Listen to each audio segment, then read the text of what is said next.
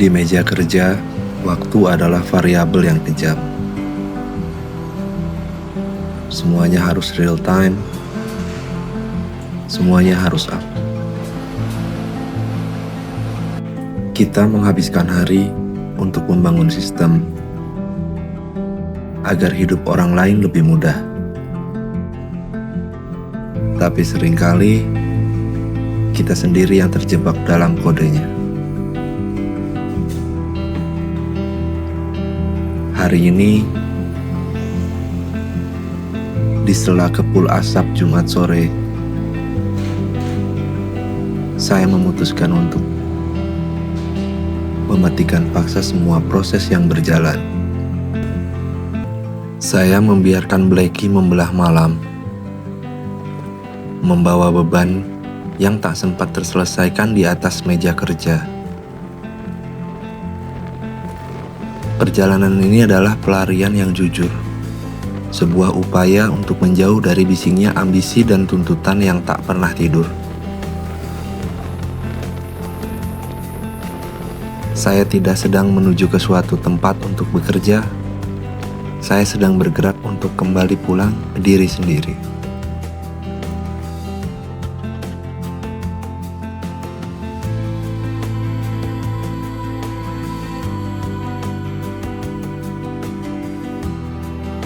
Di tengah bisingnya antrean, saya melihat wajah-wajah yang sama seperti saya.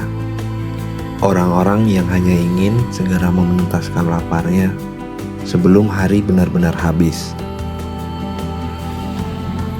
Di sini kecepatan tetap menjadi raja.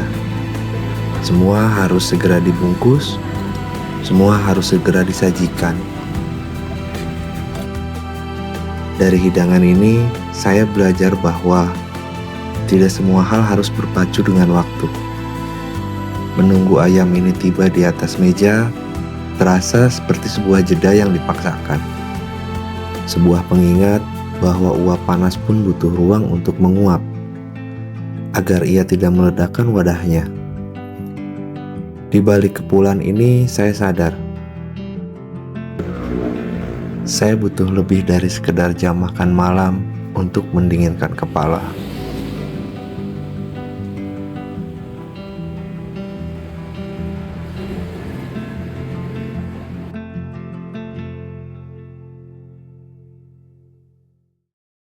Sistem berhasil dimuat ulang. Di balik jendela ini, Ciater menyambut saya dengan frekuensi yang berbeda. Tidak ada notifikasi yang menuntut jawaban instan, tidak ada lampu neon yang memburu fokus. Hanya ada hijau yang membentang dan udara dingin yang meminta untuk dihirup dalam-dalam. Di sini kesederhanaan adalah kemewahan. Kamar ini mungkin kecil, tapi dunia di luarnya terasa tak terbatas. Dalam cerahnya pagi, saya belajar kembali arti dari kata cukup.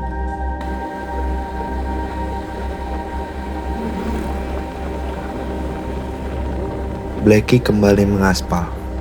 Setiap tikungan adalah proses sinkronisasi ulang antara pikiran dan alam. Kita sering merasa harus berlari secepat mungkin untuk sampai ke tujuan. Padahal terkadang, perjalanan itu sendiri adalah tujuannya.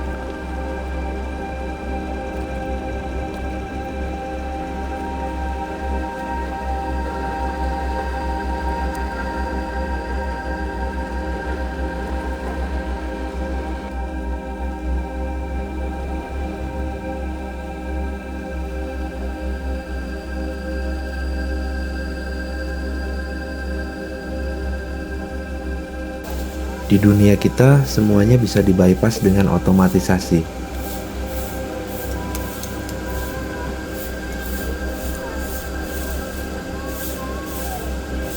Tapi di sini, api dan tanah mengajari saya tentang proses yang jujur.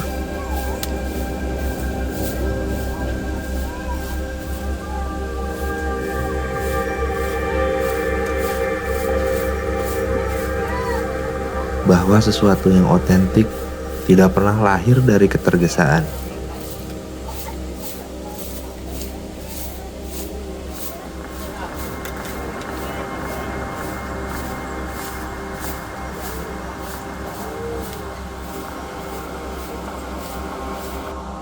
Di antara tenda-tenda ini ada ribuan cerita tentang jiwa-jiwa yang sedang mengisi ulang baterainya, mencoba menemukan kembali sinyal dengan diri sendiri yang telah lama kita putus demi mengejar angka.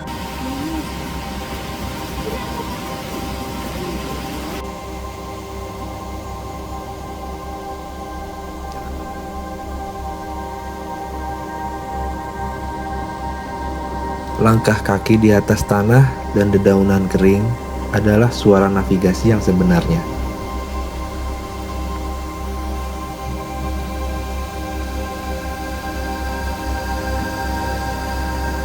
Menuju Dayang Sumbi, lalu lanjut ke Koleangka.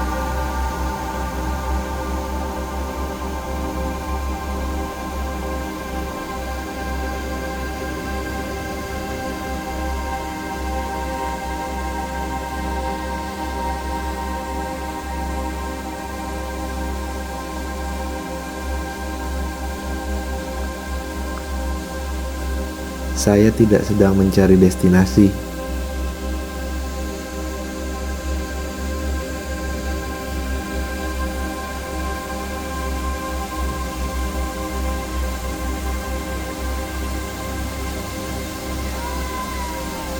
Saya sedang mencari resonansi.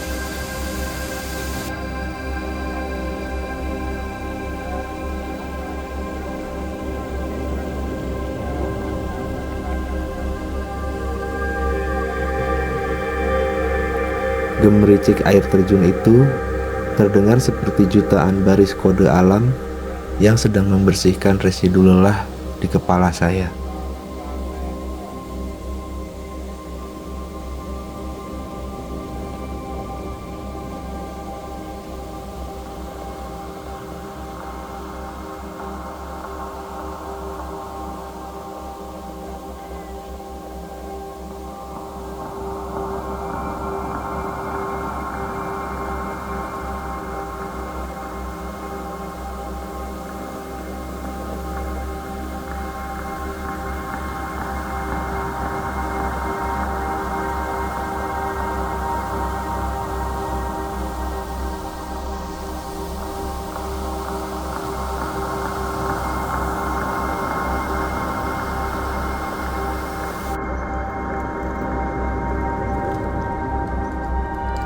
Dan akhirnya, langit Ciater pun bicara lewat hujannya, menutup hari dengan sebuah instruksi yang sederhana: berhenti, mendingin, dan kembali menyentuh tanah.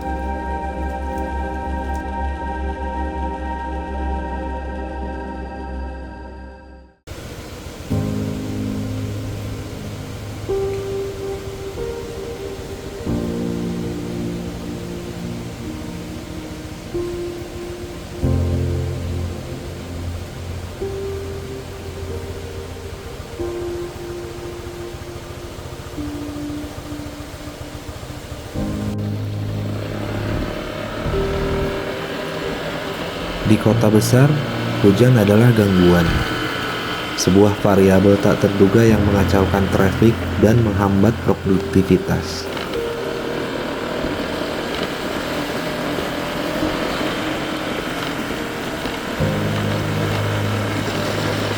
Tapi di Ciater, hujan adalah instruksi alam yang jujur.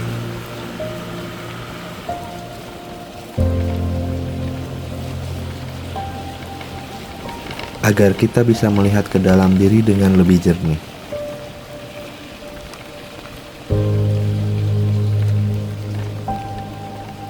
Blackie membawa saya selangkah lebih dekat dengan hadiah utama.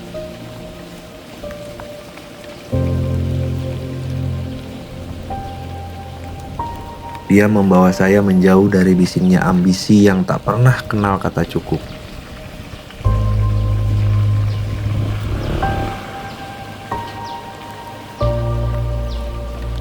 Di antara tetesan air yang jatuh, ada residu lelah dari layar-layar yang berpijar,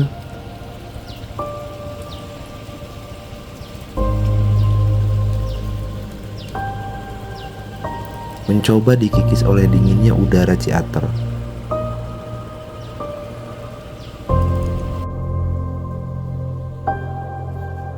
Di depan bungalow ini, saya menemukan kembali sinkronisasi yang hilang.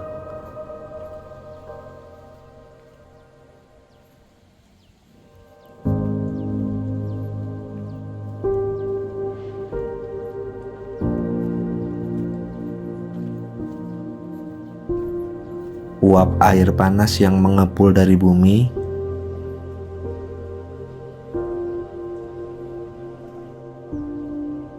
berbisik tentang sebuah pemulihan yang otentik.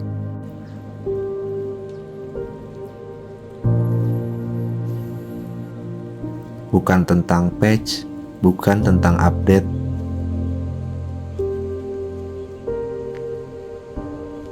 melainkan sebuah proses yang butuh waktu dan kesabaran untuk benar-benar bekerja.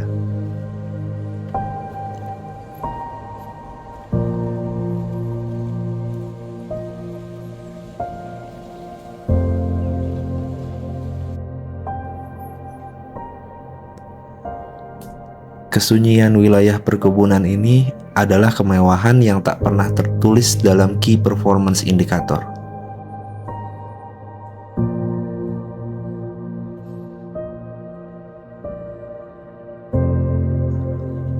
Lampu kuning redup kamar ini tidak menuntut fokus.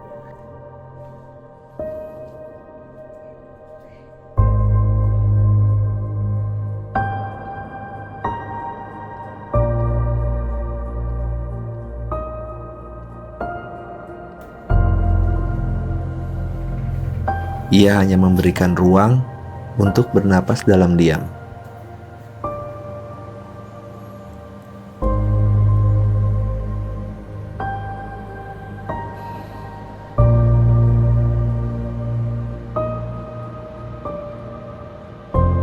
Hari ini saya memilih untuk logout sepenuhnya.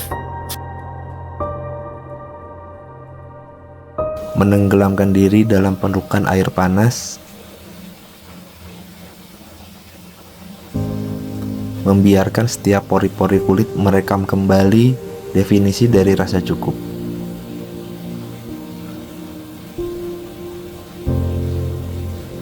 Di bawah langit teater yang masih menangis pelan, saya sadar